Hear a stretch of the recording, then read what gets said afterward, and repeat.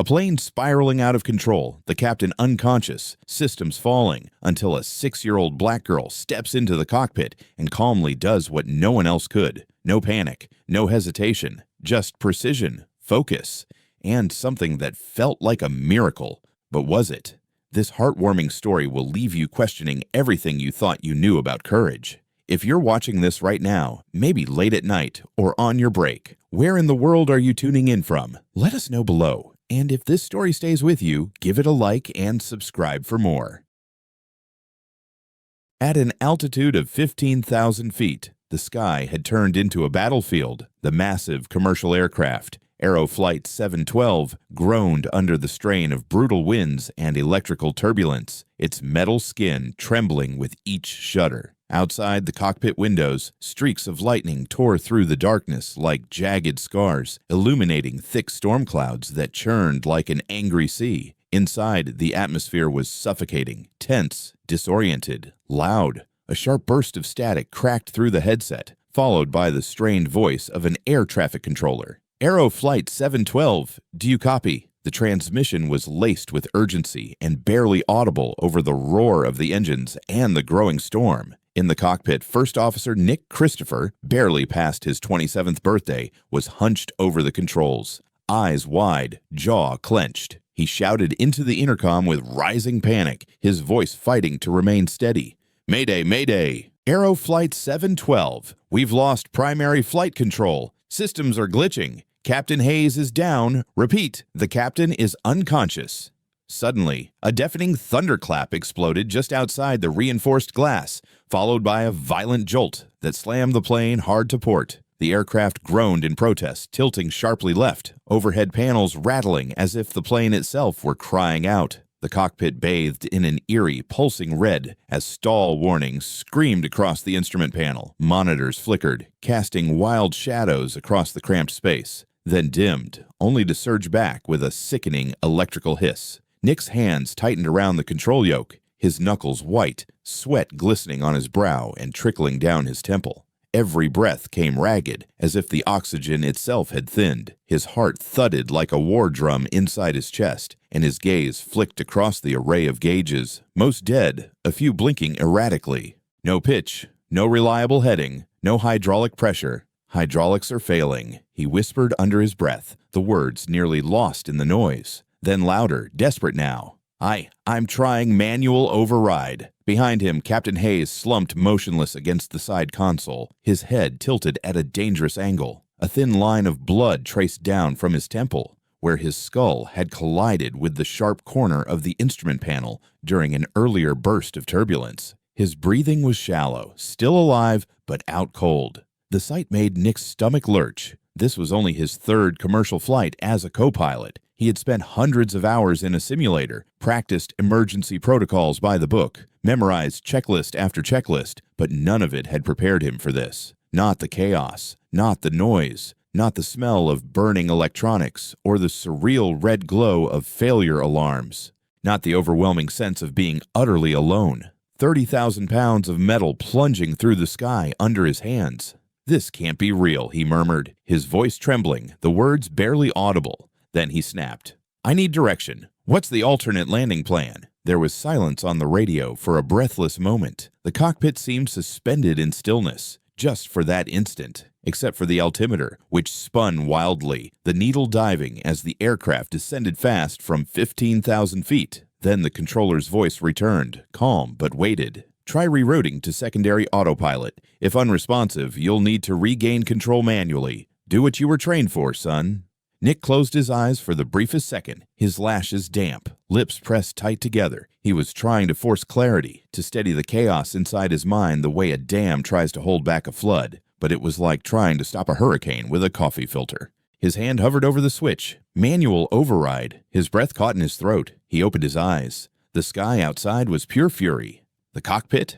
A crucible. He knew this might be the final minute before either control returned or gravity claimed them all. In the main cabin, chaos roared like a beast unchained. The fuselage groaned under the storm's wrath, shaking with each new gust that battered its frame. Passengers screamed, some shrill with terror, others murmuring frantic prayers into the void. The sound was a discordant symphony of fear, Gasps, sobs, shouted names, and the metallic bang of unsecured items colliding. Overhead compartments had burst open mid-turbulence, vomiting suitcases, purses, and loose items into the narrow aisle like shrapnel. Oxygen masks had deployed from the ceiling, hanging limp and swinging in wide arcs, their yellow plastic faces eerily calm in contrast to the panic below. They swayed like slow pendulums at a funeral procession, ominous, silent, and inescapable. In row 2, seat 5, Angela Layton sat with her back perfectly straight, her spine rigid as a steel rod. While those around her twisted and flailed, she remained unnaturally still, her posture controlled, precise, an anchor in the storm. Her face revealed little. Her lips were slightly parted, her jaw clenched, and her blue eyes fixed forward with cold fire. But beneath the surface, her mind raced, calculating, analyzing, assessing every variable in the madness unraveling around her. Wrapped tightly beneath her right arm was her daughter, Ira, 6 years old, unmoving and silent. The child clung to a small plush airplane, its fabric slightly frayed at the wings from years of affection. Ira's tiny fingers clenched around it like a lifeline. Her wide eyes stared blankly ahead, seemingly unaffected. But Angela knew better. Her daughter's stillness wasn't shock, it was concentration. Angela's appearance, even now, remained pristine. Her braids were pulled back with exacting symmetry, not a single strand escaping its place despite the violent turbulence. Her tailored navy blue suit jacket hugged her figure, and her cream heels, somehow, remained snug on her feet. Everything about her screamed composure, but deep within, behind her piercing stare, a quiet storm of protective instinct and fear boiled, waiting for a place to break loose. A soft tug at her sleeve brought her back. Angela felt it before she heard it. "Mommy!" Ira's voice was small, almost swallowed by the din, but it pierced through the chaos like a bell through fog. Angela didn't look down. Her gaze was locked on the flight attendants up ahead. 2 of them, pale-faced and clearly unraveling, fumbling with straps and shouting conflicting orders. "Mommy," Ira said again, louder this time, with that unmistakable firmness Angela had only ever heard when her daughter was absolutely certain. "I think I can help." Angela's breath caught, her head turned slowly, eyes lowering to meet her daughter's. For a heartbeat, time fractured, everything around them slowed. She saw her child, not the small body pressed to her side, but the steady eyes, the calm in the center of the storm. "Baby," Angela said quickly, her voice low but sharp, "stay buckled. This is going to be over soon." Her hand tightened protectively around Ira's shoulder, but the girl shook her head. Not with fear, with resolve. "No," she said, her voice flat and confident, utterly out of place on such a young tongue. "It won't. I saw the way we turned. The pilot doesn't know how to fix it, but I do." Angela blinked, her heart skipping. "Ira, no, don't." She started reaching for her, but her daughter was already in motion. In one fluid motion, Ira slipped out of the seatbelt, her small fingers moving with practiced precision. She slid down the seat, landing barefoot on the cold metal floor. Before Angela could react, the child ducked under her mother's reaching hand and darted into the aisle. The cabin was a war zone. A rolling cart had tipped on its side, metal trays scattered. Passengers leaned, wept, shouted. Ira wove through the chaos with uncanny focus, stepping between legs, ducking under swinging luggage straps, leaping lightly over an open laptop that had clattered to the floor. Her little frame moved like wind, small, agile, unstoppable. The flight attendants barely noticed her at first, too busy with panicked passengers and safety instructions that no one was following. One turned just as Ira passed, but made no move to stop her. She was through before anyone could say a word. And then, the cockpit door. It had been left slightly ajar in the confusion, a narrow crack barely noticeable amidst the chaos. Ira reached it, placed her hand gently on the handle, and slipped inside, vanishing from view just as the cabin pitched again. Back in seat 5, Angela stood halfway, one hand gripping the headrest in front of her, the other frozen in the air where Ira had been seconds earlier. Her chest rose and fell in shallow bursts. Her eyes didn't blink. Her lips didn't move. But inside, every fiber of her being screamed. She had lost control, and her daughter had stepped straight into the fire. Inside the cockpit, Nick Christopher braced himself as the aircraft was battered by yet another violent burst of turbulence. The entire fuselage lurched beneath him, a deep groan rippling through the plane's frame like it might snap apart at any moment. His fingers clutched the yoke with white-knuckled force, eyes fixed on the flickering instruments. Warnings screamed in red across every panel, alarms bleeping in staggered rhythm, and static buzzed in his headset like angry wasps. He was seconds from attempting another manual input when he heard it, a voice, soft, steady, and strangely unwavering. "I've done this before. I know what to do. I can help." Nick froze. The voice was out of place, high-pitched, unshaken. He turned sharply, half spinning in his seat. His heart stuttered. Standing in the open doorway of the cockpit was a little girl. She couldn't have been older than 6. Her dark, braided curls framed a small, determined face. She wore a simple gray hoodie and no shoes, her bare feet pressed against the cold cockpit floor. And her eyes, those were what struck him hardest. Calm, clear, focused. In a sea of chaos, hers were the first eyes that didn't reflect fear. Nick blinked hard as if his mind were playing tricks on him. "What? Who? How did you get in here?" he stammered, his voice hoarse from shouting, from panic, from disbelief. "I'm Era," she replied, stepping forward without hesitation. Her tone was composed, matter of fact. "I'm 6. I play on my mom's flight simulator. It's really good. I know where everything is." Nick just stared, dumbfounded. For a moment, he half expected a reality TV crew to burst in and shout, "Gotcha!"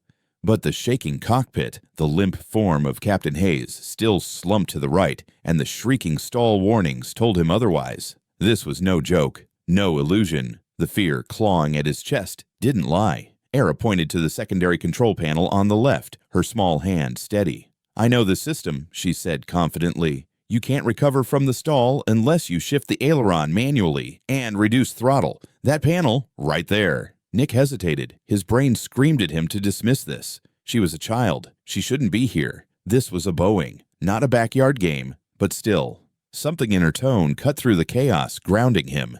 She wasn't guessing. She knew what she was saying. "I'm not joking," she added, sensing his hesitation. "If we don't do it now, we'll keep spinning." Her voice was firmer this time, commanding. And then, before Nick could respond, the cockpit jerked again. An explosive burst of turbulence sent him slamming against the yoke, pain shooting through his shoulder. The aircraft dipped further. There was no time left. "All right," he said, breath ragged, his voice tight with desperation and something else. "Trust.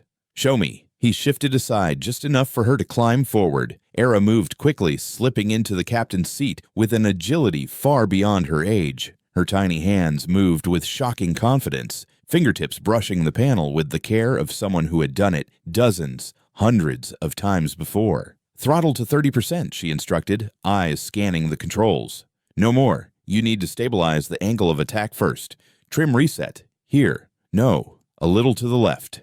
Nick followed her instructions without question. His hands moved like extensions of her voice. For several long seconds, nothing changed. The plane still rattled, the alarm still blared. Sweat rolled down Nick's neck. Then slowly, almost imperceptibly, the descent began to ease. The tilt corrected by degrees. The nose leveled. He blinked hard, checking the instruments. Altitude steadying. Heading stabilizing. No spin. His voice cracked when he finally managed, "How?" Era glanced at him, just the faintest smile tugging at her lips. "I told you," she said simply. "I've done this before, on the simulator, over and over. Mommy made it for me."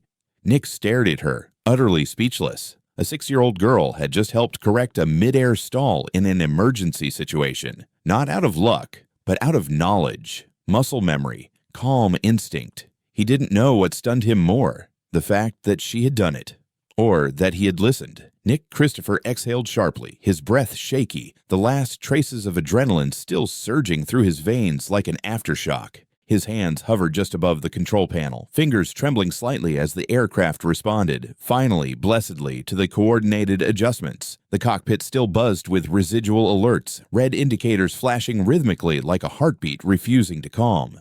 Yet for the first time since the Mayday call, there was a sliver of control, fragile but real. He turned his head toward the open cockpit door.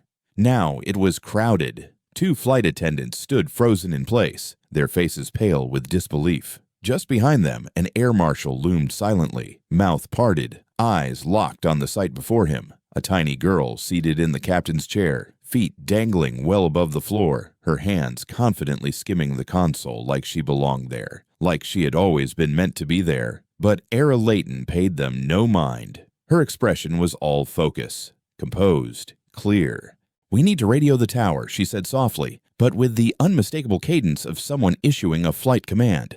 "Tell them we're back on manual control." Nick didn't hesitate. He reached for the radio, fingers finding the button like muscle memory. His voice steadied as he spoke, more for her than for himself. "Aeroflight 712, this is First Officer Nick Christopher. We've regained partial manual control. Situation is stable, assisted by a very small, very brilliant passenger."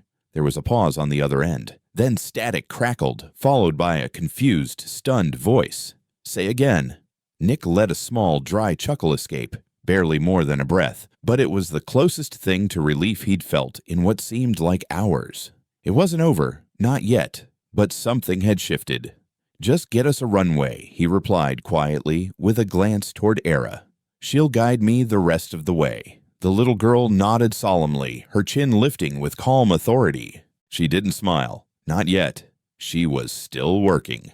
Back in the main cabin, Angela Layton stood rooted just outside the cockpit entrance, her chest rising and falling in short, shallow bursts. Moments ago, she had watched her daughter vanish down the aisle and slip into the cockpit. That image had shattered something inside her, but what she saw now was something else entirely. Her daughter, her little girl, was sitting in the captain's seat with the calm of a veteran pilot, her hands methodical, her body poised. Gone was the fear Angela had imagined. In its place, focus, brilliance, composure. And within Angela, the overwhelming terror twisted into a strange and painful cocktail of awe, disbelief, and guilt. Guilt that she had never seen this coming. Guilt that she had underestimated what her child was truly capable of. The cabin had changed. The screaming had stopped. The wild tilt of the aircraft had settled. Oxygen masks no longer danced from the ceiling. They now hung still, like ghostly reminders of what could have been. A hush had fallen, deep, collective, reverent. It was the sound of people realizing that something extraordinary was happening. Not just survival, something greater. In the cockpit, Nick glanced once more at his unlikely co-pilot. He gave her a faint nod, a flicker of respect softening his features. "All right, Captain Era," he said, voice low and reverent. "Let's land this bird." Era let out a quiet giggle. It was the first childish sound she'd made since entering the cockpit. "Okay," she said. "Let's fly." What Nick had expected, panic, doubt, a child freezing under pressure, never came. Era didn't hesitate. She didn't fidget. Her small fingers moved with the confidence of someone who had done this 1,000 times, even if only in simulation. Her body leaned slightly forward, eyes scanning the panels, taking in trim values, throttle settings, yaw indicators, all the chaos, and finding order. Her voice was steady, precise. "Reduced to 28% throttle, flaps to mid. Watch the vertical speed. We're still sinking too fast. Good. Now bank 2 degrees right. Slight left rudder." Nick followed her every word, his hands moving on instinct now, not from procedure but from trust. Trust in the child beside him. Gradually, the beast of a machine, the massive commercial aircraft still scarred by storm damage, began to respond. The descent flattened, the pitch leveled, the wild banking stopped. In that cramped cockpit still lit by warning strobes and the intermittent glow of failing panels, something astonishing was unfolding. A 6-year-old girl, too small for her feet to touch the floor, was helping guide a failing aircraft back from the brink of disaster, not through magic, not by accident, but through knowledge, through training, through unwavering clarity. Later, Nick would ask her how she knew all of it, how she had stayed calm, how she hadn't panicked like every adult on board. Era had only smiled and answered with a shrug. "My mom built a flight simulator at home," she said. "It was part toy, part school. We practiced all the time." What the world had dismissed as child's play had prepared her for a moment of terrifying truth, and she had risen to meet it without flinching. Behind them, just beyond the threshold of the cockpit, stunned faces pressed forward. Crew members, passengers, wide-eyed and speechless. They clustered in the narrow aisle, peering into the cockpit as if unable to trust what their eyes were seeing. A child no taller than the captain's seat itself was calmly guiding the final stages of flight, not with fear, not with hesitation, but with composure, precision. The cabin, once a chaotic storm of panic, had gone still. The worst had passed. The lights had stabilized to a dim, soft glow. Oxygen masks no longer swung, but rested like pale ghosts overhead. A low hum filled the air, engines straining but steady. In row 2, Angela Layton sat frozen in her seat, her hands resting motionless on her thighs, eyes locked on the overhead monitor. She could barely breathe. The screen showed the cockpit feed. Era, her daughter, just 6 years old, seated beside the co-pilot, not crying, not frightened, but focused, calm, in control. Angela's heartbeat thundered in her ears. It wasn't just relief she felt anymore. It was something far more powerful, more overwhelming. Wonder, disbelief, and guilt. Guilt for never fully seeing what her daughter had truly been capable of. Era issued another soft instruction. Beside her, Nick Christopher adjusted the throttle with a flick of his wrist, responding instantly. His trust in her was now total. Though the plane still bore the scars of what it had been through, damaged flaps, strained hydraulics, minor system faults, it was flying. Not just barely surviving, but flying. Nick glanced at Era with a look that carried no doubt, only awe. Her poise was not born of arrogance. It was preparation. She had trained for this in a world where no one had expected her to ever need it. He reached for the comm panel again. Aeroflight 712, requesting emergency landing clearance, he said, his voice steady despite the adrenaline still flooding his system. We've stabilized. I have assistance in the cockpit. A pause. Then, copy. Who's assisting? Nick didn't even blink. A 6-year-old girl. Static followed. No further question. It didn't matter how strange it sounded. The truth didn't need explanation. Meanwhile, Era continued, her hands moving with small, confident motions. She adjusted trim settings, gave headings, checked readings. Her face remained calm, brows slightly furrowed, lips pressed gently together in focus. In the cabin, Angela's vision blurred with memory. All the late nights, the hours spent on that flight simulator she'd built for her daughter, part toy, part STEM experiment. The questions Era had asked, the endless repetition. Angela had thought it was just a phase, an outlet. She never imagined it was preparation for this moment. Descending through thinning clouds, Nick followed her last few directives. They had rerouted to a military airstrip, flat, straight, and empty. The clouds parted just enough to reveal it below, like a thread of hope stitched through green and gray. Era looked up at Nick, a silent nod. Nick returned it, the corner of his mouth twitching into the smallest smile. In that moment, thousands of feet above the earth, fear gave way to something stronger, trust. Angela stood now, just outside the cockpit, hand to her chest, her breath shallow. A tear escaped down her cheek as she watched the live feed of her daughter at the controls. A surge of pride, raw, consuming, rose within her. Her little girl wasn't being helped. She was leading, and the man beside her wasn't guiding. He was following. Below them, the airfield loomed into view. Aeroflight 712, cleared for emergency landing, the tower confirmed. Wind steady, ground crews on standby. Nick's jaw tightened as he steadied the yoke. Copy that. Era's voice was soft, precise. Flaps full. He obeyed. Throttle down slowly. He adjusted. Landing gear confirmed. The gear deployed with a mechanical groan. Reliable, solid, ready. They were aligned. The descent began, slow, controlled. The aircraft trembled but no longer fought the air. The spin was gone. The storm had passed. What remained now was gravity, steel, and trust. Ira leaned slightly forward. Left correction 2 degrees. We're drifting. Nick corrected gently. The runway stretched ahead, closer now, detailed. The moment had come. In the cabin, passengers sat in complete silence. Some clutched one another. Some whispered prayers. Others simply stared in stunned awe. Angela, standing near the bulkhead, couldn't take her eyes off her daughter's hands, those tiny fingers hovering over hundreds of lives. Then, impact. The wheels hit with a hard jolt, a bounce, a brief skid. The entire aircraft shuddered. Then, stability. They were down, rolling, slowing, stillness, and then applause. It started soft, then grew.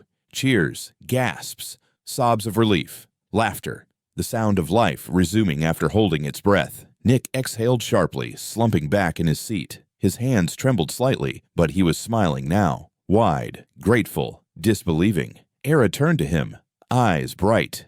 "We did it," she whispered, her voice full of quiet triumph. He looked at her with awe. "You did it." The intercom clicked. Nick's voice rang out clear and resolute. "Ladies and gentlemen," he began. "This is First Officer Nick Christopher. We have completed an emergency landing. And it wasn't just me. A 6-year-old girl saved this plane." More applause, thunderous now. Some passengers wept openly. Others clapped until their hands ached. The cockpit door opened. Angela rushed in, her composure gone. She dropped to her knees in front of her daughter, pulling her into a trembling embrace. "I'm okay, Mommy." Era murmured into her shoulder, her voice muffled but steady. Angela pulled back, scanning her daughter's face, checking for injury, for tears. There were none, only calm. She turned to Nick. Their eyes met, full of emotion too deep for words. "Thank you," she said softly, her voice breaking. Nick shook his head gently. "No," he replied, his voice quiet but firm. "She's the one who saved us all."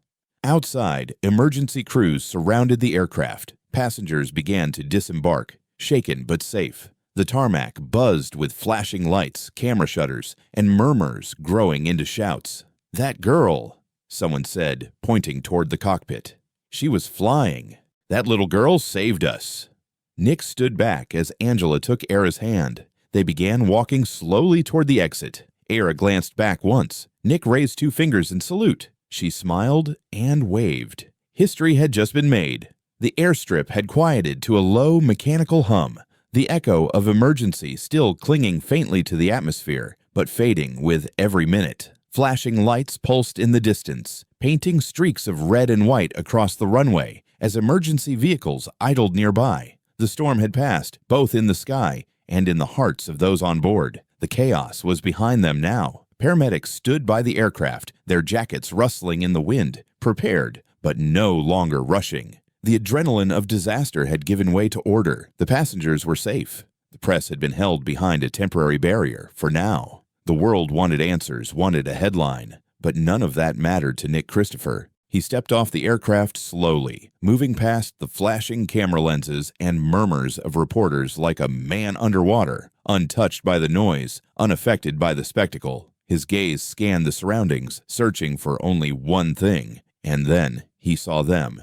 Near the terminal entrance, under the pale afternoon light that had finally broken through the earlier clouds, stood Angela Layton. Her posture was statuesque, still armored in a crisp, cream-colored blazer that refused to wrinkle despite the weight of the day. Her braids were drawn back with meticulous care, framing a face that was unreadable, cool, elegant, and impenetrable. Her expression was not of anger nor relief. It was calculation, evaluation. A woman used to control, now guarding the one thing that truly mattered to her. Beside her, sitting on the edge of a metal bench, was Era. Her bare legs swung back and forth beneath the seat, heels tapping rhythmically against the frame. She still wore her gray hoodie, the sleeves slightly bunched at her wrists. On one of her arms, her sparkly bracelet caught a glint of sunlight. Clutched tightly in her hand was the plush toy airplane, weathered but whole, a silent reminder of everything she had just done. Nick approached slowly, cautiously. "Excuse me," he said, his voice gentle, almost unsure. Angela turned. Her eyes narrowed, not in hostility but in instinct. She didn't recognize him in the way the public might. She saw a man approaching her daughter, and instinctively, she braced herself. There was no warmth in her voice when she spoke, just cool, measured awareness. "You're the co-pilot," she said flatly. Nick nodded once. Yes, Nick Christopher. A pause hung between them, thick, tense, charged with everything unsaid. Angela crossed her arms, her body straightening ever so slightly. "Are you here to give another statement?" she asked, her tone guarded. He shook his head. "No, I just wanted to say something. To your daughter. And to you." Angela didn't respond, but her posture tensed further, a quiet barrier lifted between them.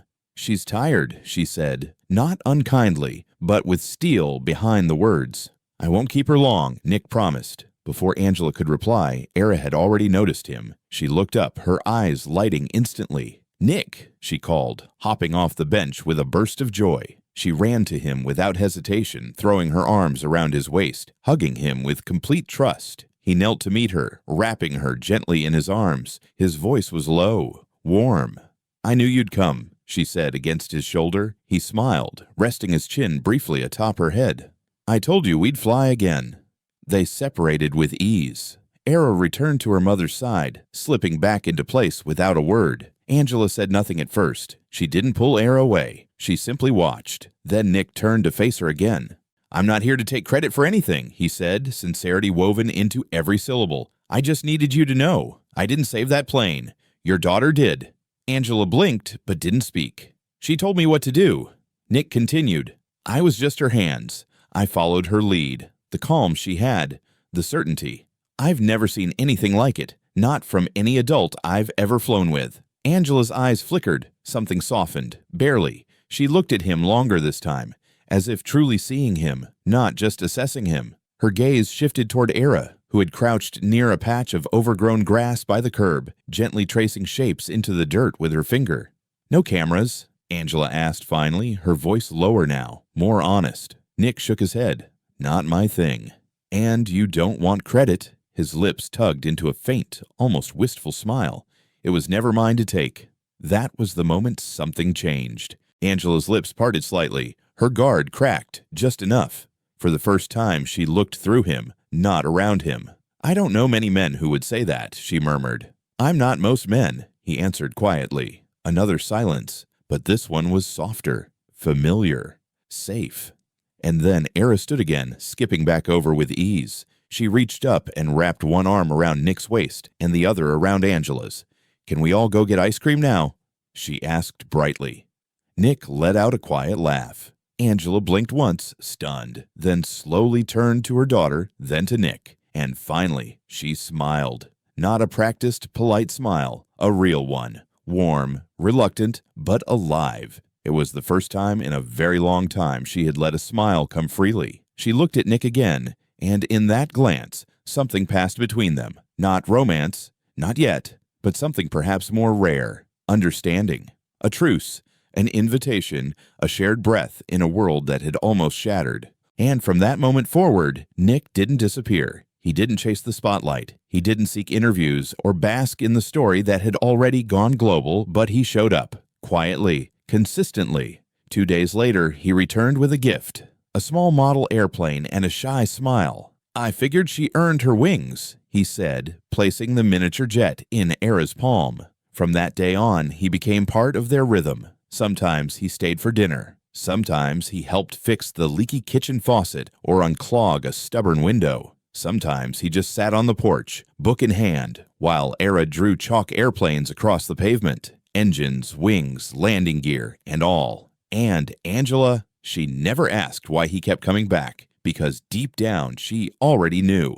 Angela remained guarded at first, always composed, always in control. Her words were careful, her posture unshaken, her emotions tucked away behind polished surfaces and measured glances. She never raised her voice, never stumbled, but she also never let anyone close. Still, over time, the distance began to shift, not in sudden, dramatic gestures, but in subtle cracks, small signs that something inside her was softening, not breaking. She started asking Nick about his routes, about the airports he preferred, about what the clouds looked like at 30,000 feet. When he visited, she began offering him tea instead of just water. Some evenings, she would set an extra plate at the table without asking whether he was staying. It became a quiet assumption, not a question.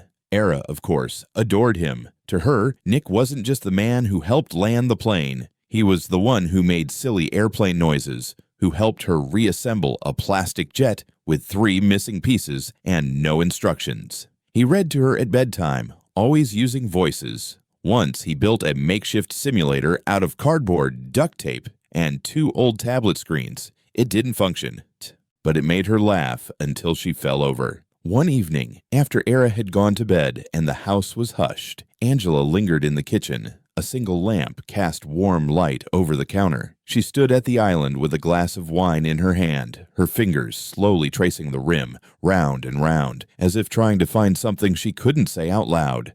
Then she spoke, quietly. "You know," she said, not looking at him, "I wasn't always this cold." Nick looked up from the sink where he was drying the last plate. "I don't think you're cold," he said gently. Angela gave a soft smile, the kind that doesn't quite reach the eyes. "Most people do," she said. "After the divorce, after I sold the company, I started building walls. It was easier, safer." He didn't interrupt. He simply leaned back against the counter, drying towel still in hand, and waited. She took a slow sip of wine. "My ex," she continued, her voice barely above a whisper, "was smart, charming. Everyone loved him. But he could lie better than anyone I've ever met. He made me feel like I was too much. Too ambitious, too direct, too driven." Her fingers tightened slightly around the stem of the glass. "Then he left. Era was just too. I told myself that love was a distraction, that building something, anything, was smarter than trusting anyone again." Nick nodded once, not with sympathy, but with understanding. "Sounds like you were building protection," he said, "not just success." Angela looked at him then, really looked. And in that glance, something passed between them, a kind of quiet acknowledgement, not forgiveness, not affection, but truth. "Maybe," she said softly. "And then you showed up, with your silence, and your silly model planes." He smiled, sheepish, lowering his eyes. That night, she didn't walk him to the door. She didn't need to. He stayed. On another evening, Angela came home late from a long board meeting. The hallway was dim, the house quiet. She held her heels in one hand, keys jingling softly in the other, and her posture sagged with exhaustion. She stepped inside, dropped her bag on the bench, and sank into the couch without a word. Her eyes closed. Her muscles didn't move. Nick was already in the kitchen. He didn't say anything. He didn't need to. He just finished washing the dishes, wiped down the counters, gathered up the toys scattered across the living room floor, the plastic helicopters, the foam runway mat, the cardboard simulator still leaning against the wall. Then he found a blanket. He unfolded it slowly, carefully, and draped it over Angela where she lay sleeping. Her hair was slightly undone. Her breath evened out. He moved quietly down the hallway and peeked into Era's room. She was still wide awake, sitting up with a hopeful look. "Story," she whispered. Nick smiled. He knelt beside her bed, picked up the worn book resting on her pillow, and opened to the page they'd left off. "Just one short chapter," he warned. Era giggled and nodded. "Promise." His voice filled the room gently, words slow and soothing. Era's head dropped back onto the pillow, her eyes fluttering closed as he read. Her arms wrapped loosely around her plush airplane. Within minutes, she was asleep. Nick closed the book softly and stood to leave. At the doorway, he stopped. Angela was there. She stood just outside the room barefoot, her eyes wide, shining in the low light. She had heard everything. He froze, unsure. She didn't say a word. She stepped forward slowly and placed her hand gently on his arm. Her touch was light, but her eyes were full, not with fear or confusion or anger, but with something deeper. Gratitude, peace. Tears welled up quietly and without warning. She looked down, trying to hide them, but he reached out with a soft touch and brushed one away with his thumb. He didn't speak. He didn't pull her into a hug. He didn't ask questions. He just stayed right there, still, present, solid. And in that silence, something shifted, not because of words, not because of grand gestures, but because he stayed, because he showed her, without saying a thing, that he wasn't going anywhere.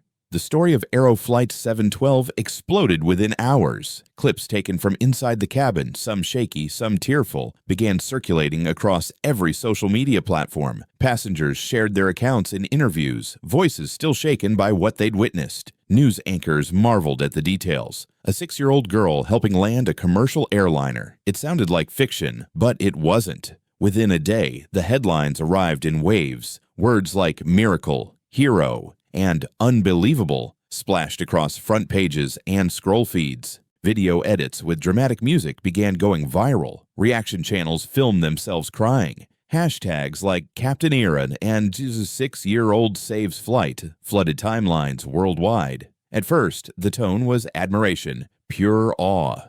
People were moved, inspired, amazed. And then, as always, the tone changed. First came the questions, phrased as curiosity. Wait, a child flew the plane. Is that bravery or something else?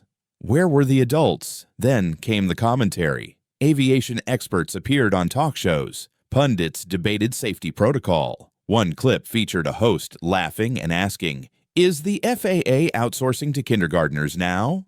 And then came the worst of it. Online. Posts dripping with sarcasm and outrage. She's 6. 6. What kind of mother allows that? Child endangerment disguised as heroism. Where were the real pilots?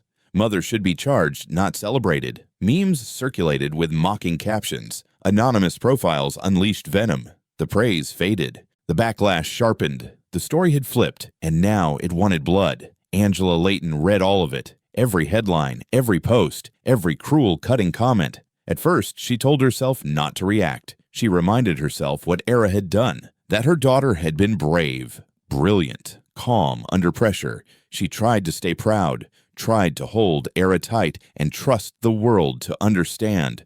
But the world did not understand, and it did not stop. Within days, news vans began circling their block. Reporters waited near the mailbox, microphones in hand. Strangers knocked on the door, asking for quotes. Photos of Era's bedroom window appeared in online tabloids. Angela had to pull Era out of school after classmates began repeating the online accusations. Parents gave her judgmental looks in the parking lot. Teachers, once warm, now spoke in cautious tones. Paparazzi camped out across the street. Flashbulbs went off when Angela walked to the car. Questions came from every direction. Not about the landing, not about the lives saved, but about her parenting. One gray morning, just after sunrise, Angela walked into the living room and found Era curled up on the couch. The curtains were still closed. The room was quiet except for the faint hum of the refrigerator. Era was hugging her plush airplane, the same one she'd carried onto the flight. Her voice was soft, fragile. "Mom." Angela froze. Era looked up, eyes wide, full of confusion. "Did I do something wrong?" Angela crossed the room in seconds. She dropped to her knees and pulled her daughter into a fierce, protective hug. "No, baby," she whispered. "No, never. You were amazing." Era's voice cracked. Then, "Why are they mad at me?" Angela didn't have an answer. She held her daughter tighter. That night, after Era had finally fallen asleep, Angela stood in the kitchen with her arms braced against the counter. Her face was pale. Her breathing was uneven. Her hands trembled. And then the storm broke. "You should have stopped her," she snapped at Nick Christopher, who stood by the sink drying a mug. Her voice shook tight with pain. "She's a child, Nick. She shouldn't have been in that cockpit." Nick didn't flinch. His face was pale but steady. "She asked to help," he said calmly. "And she did help. She's 6, and she saved lives." Angela stepped back like she'd been struck. "She's being ripped apart," she cried, tears rising fast. "They're blaming her. Me. Us. Do you even understand what they're doing to her?" "I do," Nick said, his voice low. "And I'm sorry. I didn't think it would get this big." Angela's voice cracked. "She's my little girl, Nick." "I know." From the top of the stairs, Era stood unnoticed. She had heard every word. She didn't cry loudly. She didn't scream. She turned quietly, walked back into her room, and closed the door. Then, beneath her blanket, in the dark, she cried alone. The next morning, Nick Christopher was gone from the house. Not in anger, not out of fear, but with quiet purpose. He left no dramatic note, no drawn-out conversation. He simply got dressed, grabbed his keys, and walked out the door with a steady calm that masked the weight he carried. He didn't stop for coffee, didn't check his phone. He made a single call to an old friend from aviation school, now a mid-level journalist with national reach. Then, without waiting for permission or approval, he walked into a live television studio, stood in front of bright lights, faced a room full of skeptical reporters, and stepped in front of the camera. They expected spin, deflection, maybe a legal statement prepared by a publicist. What they got instead was truth, direct, unfiltered, and unwavering. Nick looked straight into the lens. No podium, no script, just his voice. Steady, clear. "She didn't pilot the plane. She didn't land it alone," he said. She's 6. She used a simulator her mother built, something designed as a game, a tool, a space to learn. And in that moment, when alarms were screaming and nothing made sense, she remembered what no one else could. She stayed calm. She used her voice, her mind, and her instincts to help. That's not negligence. That's not danger. That's courage. He paused, letting silence stretch. Then he continued, his voice gaining weight and clarity. And her mother? She's not reckless. She's not absent. She's brilliant. She raised a daughter who thinks, who speaks up, who doesn't freeze when things fall apart. A daughter who believes she matters. Isn't that what we want for our children? The studio went silent. No one moved. No one interrupted. Even the host, known for fiery takes and sharp interruptions, sat still. Within an hour, clips of the interview began flooding the internet. Headlines shifted. Timelines lit up. The conversation changed course again, but this time in the right direction. People started listening. Truly listening. Comments began pouring in, not just about Era's calm under pressure, but about Angela Layton's quiet strength. Hashtags emerged again, this time not to tear down, but to lift up. Thank you, Angela began trending by nightfall. A wave of messages filled inboxes and comment sections from mothers, teachers, pilots, and strangers who had once joined the criticism, now expressing regret and admiration. Nick didn't call Angela. He didn't need to. She found the clip on her own late that evening, standing barefoot in the kitchen. The house was quiet. The wine she had poured earlier sat untouched beside her laptop. She watched his words unfold with no one else around. The glow of the screen, the only light in the room. And as the final words echoed, she didn't speak. She didn't cry out. She didn't even move at first. But something inside her shifted. Something that had been coiled tight for years began to loosen. She closed the laptop lid gently, stood in silence, and let herself feel, truly feel, the weight of everything they had survived. Era peeked around the kitchen doorway, small and sleepy, her eyes full of quiet worry. "Mom." Angela turned, knelt down, and wrapped her arms around her daughter in one motion. "You were right," she whispered into her daughter's hair, her voice choked with emotion. "You did everything right." That night, after Era had gone to bed, Angela sat on the front porch, arms folded, gaze lost in the quiet darkness. The air was cool, still. She didn't look at her phone. She didn't wait for anything in particular. And yet, when headlights rolled up the driveway, she stood. Nick stepped out of the car slowly. He looked unsure for the first time in days. He didn't move closer, just stood there beneath the porch light, holding her gaze. Angela walked to him, her steps quiet, unhurried. She stopped just short of him and looked up. "You didn't have to say those things," she said softly. "I know," he replied, his voice steady. "But I meant them." She reached for his hand and held it. Not tightly. Just enough. This time she didn't let go.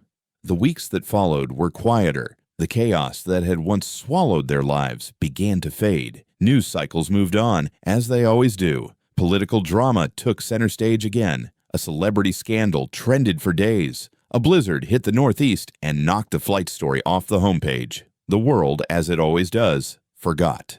But inside the Layton household, something had changed. Life resumed, but it wasn't the same as before. Era returned to school, slowly, carefully. Some classmates still whispered, but most were just curious now, not cruel. A few asked her how the cockpit felt. One little boy gave her a paper airplane. Angela went back to work. She kept a tighter circle, chose her words more carefully, but she walked taller now. She no longer avoided her reflection. She no longer doubted what she'd built. Nick didn't move in. He didn't show up every day, but he was there, often enough that it mattered. He brought model kits for Era, helped cook on Saturdays, fixed that loose cabinet hinge without being asked. And sometimes he just sat on the porch beside Angela without saying a word, letting the silence feel like something earned, not something uncomfortable. No interviews, no book deals, no spotlight, just life. Real, quiet, imperfect life.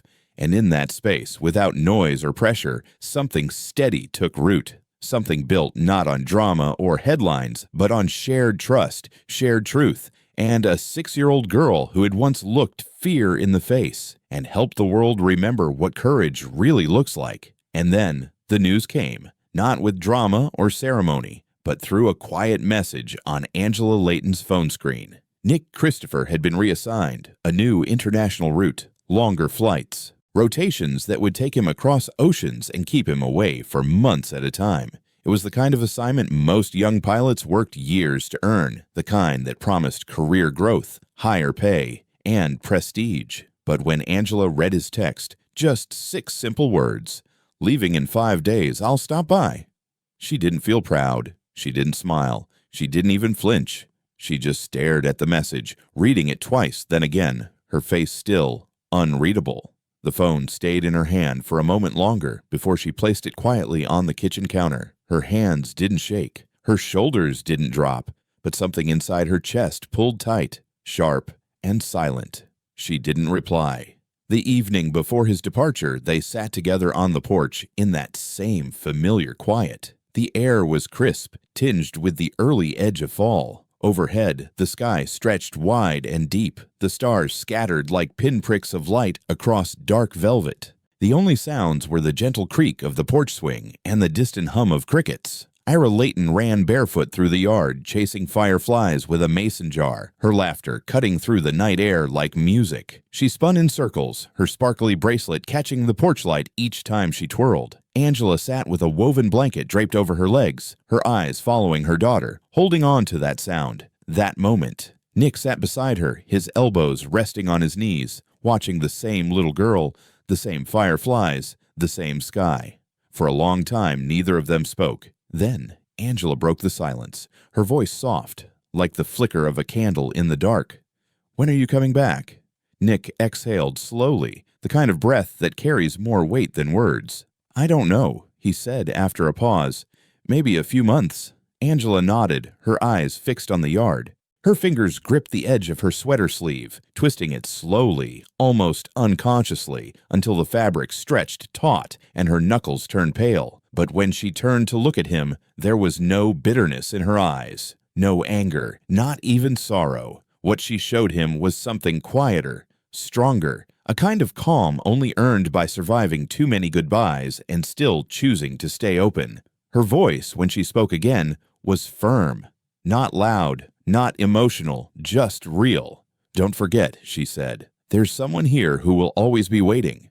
Nick didn't respond. He didn't have to. He simply looked at her, and in the silence that followed, something passed between them. Not a promise, not a plea, just truth, and it was enough. The next morning, just as the sun broke over the trees and spilled golden light onto the damp front lawn, Nick knelt down in the entryway to hug Era goodbye. She didn't cry. She didn't ask him not to go. Instead, she pressed a small, carefully folded piece of paper into his hand. "It's for the plane," she said, her voice serious and steady. "So you don't forget us." Nick smiled, ruffled her hair gently, and tucked the note into his jacket pocket without reading it. He didn't open it until hours later, standing alone beside the aircraft on the tarmac. Moments before boarding, the runway was quiet, the morning wind cutting through the stillness. He unfolded the paper slowly. Inside was a child's drawing, 3 stick figures holding hands. One wore a captain's hat. One had long yellow hair and a laptop. The third wore a pink crown. The caption beneath them, in uneven block letters, read, "Captain, Princess, Mom." Nick didn't smile right away. He just stood there for a while, eyes fixed on the drawing, the sounds of jet engines in the far distance. Then he folded it neatly and slid it into the inside pocket of his flight jacket, pressing it flat over his heart. 2 months passed. Ira didn't talk about Nick every day. She didn't ask where he was or how long he'd be gone. But when she did mention him, it was in that quiet, matter-of-fact way children do when they're absolutely sure of something. "Nick likes the blue jelly beans best," she'd say. Or, "Nick says planes need rest too, like people." And each time Angela would nod, not correcting, not adding anything, just listening. She didn't talk about him, not to friends, not even to herself. But some nights, when the air grew cold and the street was quiet, she left the porch light on a little longer than usual. And every now and then, without meaning to, she found herself glancing down the street, listening for a familiar rhythm in the footsteps that never came, not out of weakness, but out of memory, out of hope, because sometimes even the strongest people miss what they won't admit they need. And sometimes the quietest spaces hold the loudest truths. It was a quiet Saturday afternoon.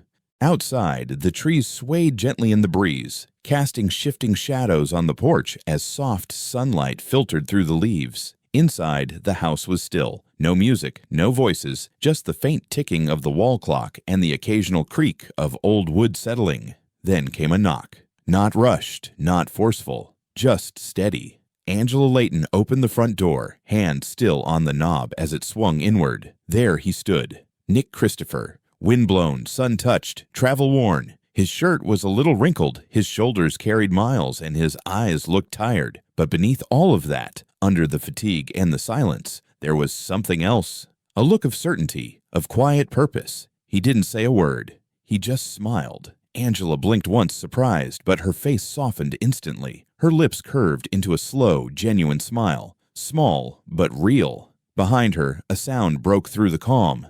"Nick!" Era Layton's voice rang out like a bell, full of joy and disbelief.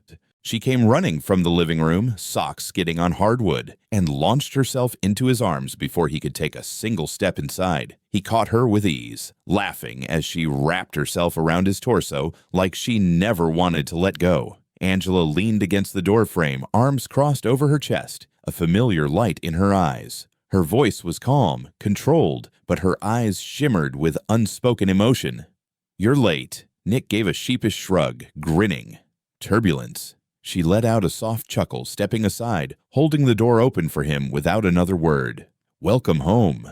Months passed after that, slowly, steadily, like the quiet ticking of a clock in a house that had learned to breathe again. Nick made the decision without fanfare. No dramatic speeches, no ultimatums, just one quiet request for a transfer to a city route. No more long-haul flights, no more weeks lost to time zones and airports. He rented a small house just 2 blocks from Angela's, unpacked without rush, settled in like someone who planned to stay. He picked up Era from school twice a week. They made it their thing. Aviation trivia games in the car, grilled cheese sandwiches on Wednesdays, a new paper plane design every Sunday afternoon. Nick couldn't cook to save his life, but he stood beside Angela in the kitchen anyway, following her lead, making a mess of her spices and burning toast more than once. She laughed harder each time, and somewhere between the laughter and the late-night cleanups, something real took root. They didn't put a label on it. Not yet. But they were becoming something whole. Something unmistakable.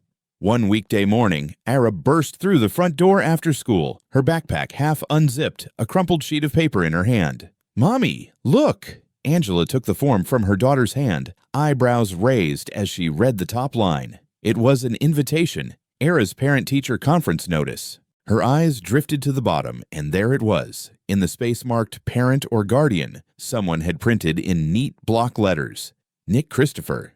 Angela paused. Ara watched her closely. "Is that okay?" she asked, her voice small but steady. Angela smiled, leaned down, and kissed her gently on the crown of her head.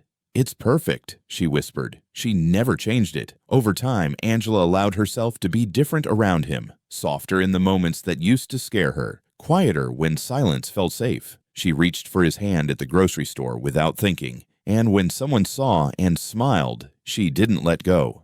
Nick never pushed. He never asked for more than she was ready to give, but she gave it anyway, bit by bit, heart by heart. On a golden Sunday afternoon, the 3 of them went to the park. The sky was endless blue. The breeze was warm, the grass freshly cut, and the sound of children echoed from a nearby playground. Era ran ahead, barefoot in the grass, her newest creation held high, a paper airplane made from white cardstock, folded with care and decorated in bold marker lines. Angela sat on a checkered picnic blanket, her head resting against Nick's shoulder. Their fingers were laced together, relaxed, easy. They watched Era run and laugh and launch her little plane again and again, each throw straighter than the last. "She's getting better with those planes," Nick said quietly, pride evident in his voice. Angela turned to him, her voice soft but sure. "She's yours as much as mine now." Nick blinked, surprised, but she held his gaze, didn't flinch. There was no hesitation, no fear, just truth. Era turned around suddenly, cupped her hands around her mouth, and shouted toward them across the field. "Let's fly again, Captain." Nick smiled, slowly got to his feet, and reached out a hand to help Angela up. She took it without question. He looked into her eyes, voice low and steady. "Next time, let's fly somewhere special, just us. Our honeymoon." Angela's breath caught in her throat. Her lips parted, and her smile came slow, blooming with warmth, filling her whole face with light. "Yes," she whispered. "Yes." Era ran toward them and threw her arms around their waists, holding them tightly, as if anchoring them to the moment. Above them, the little white plane caught a gust of wind and soared, rising high into the amber sky, wings tilted, spinning slowly as it floated down. They stood there together, side by side, wrapped in each other, as the sun sank low behind the trees and the world around them stilled. And across the screen, a single line appeared. "Sometimes the safest landing is into someone's heart." Thank you for staying with us until the very end of this story. If you're still here, it means something in this journey touched your heart. And for that, I'm deeply grateful. These moments we share, these heartwarming stories, only come to life because of your presence, your time, and your willingness to feel something real. Maybe this was just a story about a plane, a little girl, and a second chance. But maybe, to you, it became something more. Something soul-stirring, something that reminded you of courage, of kindness, of love that heals slowly and stays. Wherever you are in the world, thank you. Thank you for opening your heart to emotional stories like this one.